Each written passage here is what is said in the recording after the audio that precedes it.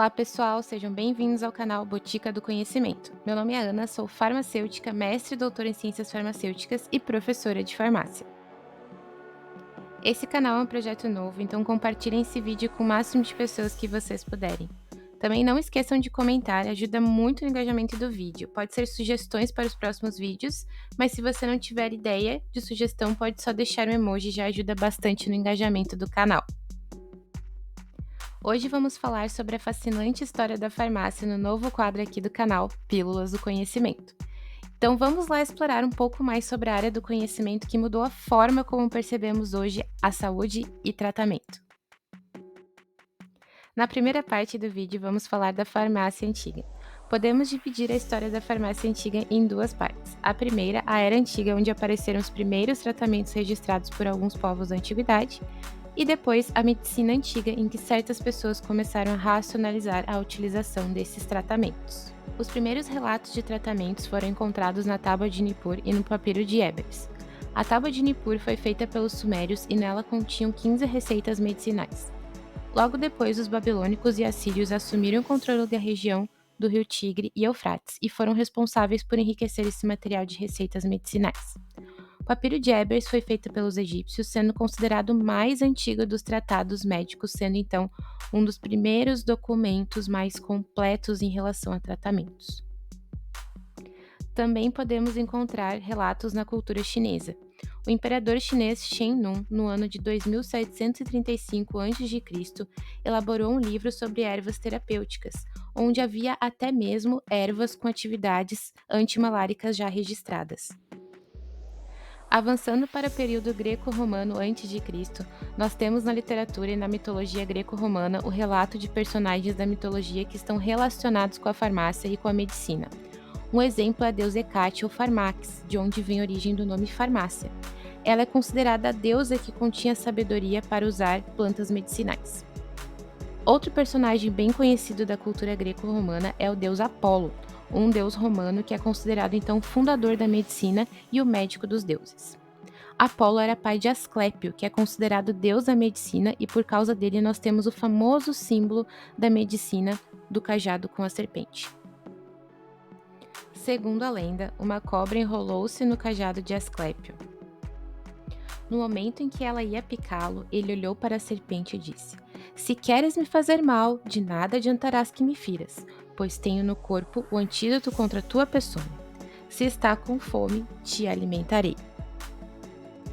Nesse momento, pegou sua taça onde fazia as misturas medicinais, colocou leite e ofereceu à serpente, que desceu do cajado e enrolou-se na taça para beber o leite, dando assim origem à história do símbolo da farmácia, a serpente envolvendo a taça, e também na medicina da serpente envolvendo o cajado. Avançando para o século V a.C., entramos na medicina antiga. Encontramos nesse período Hipócrates, o pai da medicina, mas que não foi apenas um médico, mas foi um filósofo cujas ideias fundamentais ainda reverberam na medicina moderna. Avançando um pouco para o século II d.C., encontramos Galeno.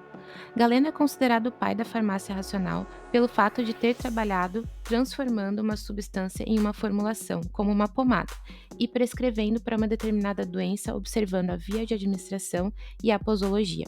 A influência de Galeno foi tão grande que os famosos tratamentos galênicos dominaram a medicina até o século XVIII.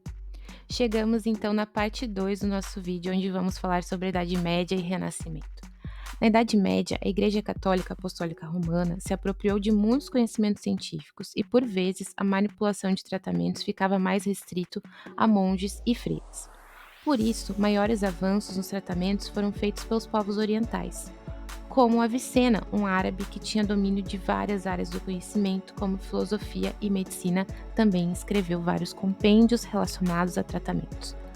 Nesse período também se introduziu a alquimia, em que alquimistas buscavam não apenas transformar metais em ouro, mas também criar elixires curativos. No Renascimento, o controle da igreja acabou afrouxando e os famosos boticários passaram de apenas comerciantes de matérias-primas para pessoas que também manipulavam e vendiam tratamentos. Paracelso foi um médico suíço que desafiou as práticas tradicionais, promovendo uma combinação do saber com a observação. Suas inovações abriram caminho para a transição da alquimia para uma abordagem mais baseada em evidências. Infelizmente, de Paracelso até o século XVIII, tivemos poucos avanços em relação a medicamentos, e como vimos anteriormente, predominou as formulações galênicas. Apesar disso, no século XVI e XVII foram publicadas as primeiras farmacopeias, que são compilados de informações técnicas sobre medicamentos.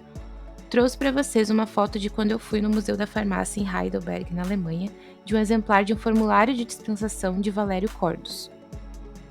E chegamos na parte 3 do nosso vídeo, na parte do desenvolvimento científico.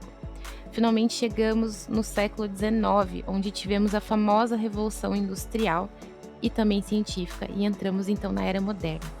Tivemos grandes avanços na química, sobretudo na química orgânica e, consequentemente, nos estudos de novos medicamentos e cosméticos. Também tivemos um avanço na avaliação da toxicidade de certas substâncias. Se vocês quiserem saber mais sobre cosméticos e toxicologia, comenta aí embaixo. Gosto bastante de falar sobre isso também. No final do século XIX, dois cientistas tiveram grande contribuição na química farmacêutica. Um deles foi Emil Fischer, que foi responsável pela criação do modelo chave-fechadura, que ainda usamos para entender a ação dos fármacos no nosso organismo. Outro cientista importante foi o Paul Ehrlich, pai da quimioterapia moderna, que foi responsável pelo grande impulso da química farmacêutica, uma vez que descobriu sobre a toxicidade seletiva de certos agentes químicos para determinados micro-organismos, criando então os primeiros antibióticos. Outro evento importante na virada do século XIX para o século XX foi o início da produção da aspirina em 1899 pela Bayer. Antes disso, se utilizava desde a antiguidade a casca do salgueiro branco, Salix alba, para o tratamento de dor, inflamação e febre. O extrato dessa árvore era muito utilizado e já se sabia em meados do século XIX que o efeito estava relacionado com a salicilina. Com o avanço da química orgânica no século XIX, Charles Gerhardt, um químico francês, converteu a salicilina em ácido acetil salicílico pela primeira vez, sendo menos irritante que os extratos já comercializados. Após a otimização da síntese, a Bayer começou a comercializar, então, em 1899 a aspirina. De fato, isso foi um marco, pois foi o primeiro fármaco sintético a ser colocado no mercado. Chegamos finalmente ao século XX, a era de ouro da indústria farmacêutica. A síntese da aspirina abriu as portas para outras substâncias isoladas, como o ácido barbitúrico e a famosa penicilina. Se você gostaria de saber mais sobre a história da penicilina e de outros medicamentos, escreve aí nos comentários.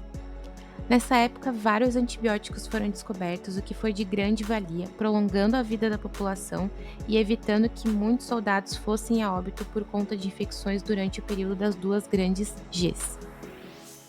No século XX, tivemos também grandes avanços na área da biologia celular, como a própria definição do que é uma célula.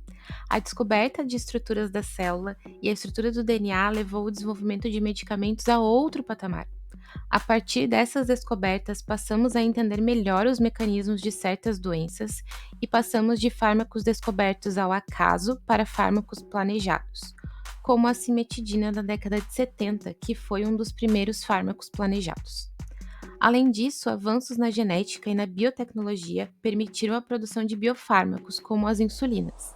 Se você quer saber mais sobre a história da insulina, também comenta aí embaixo.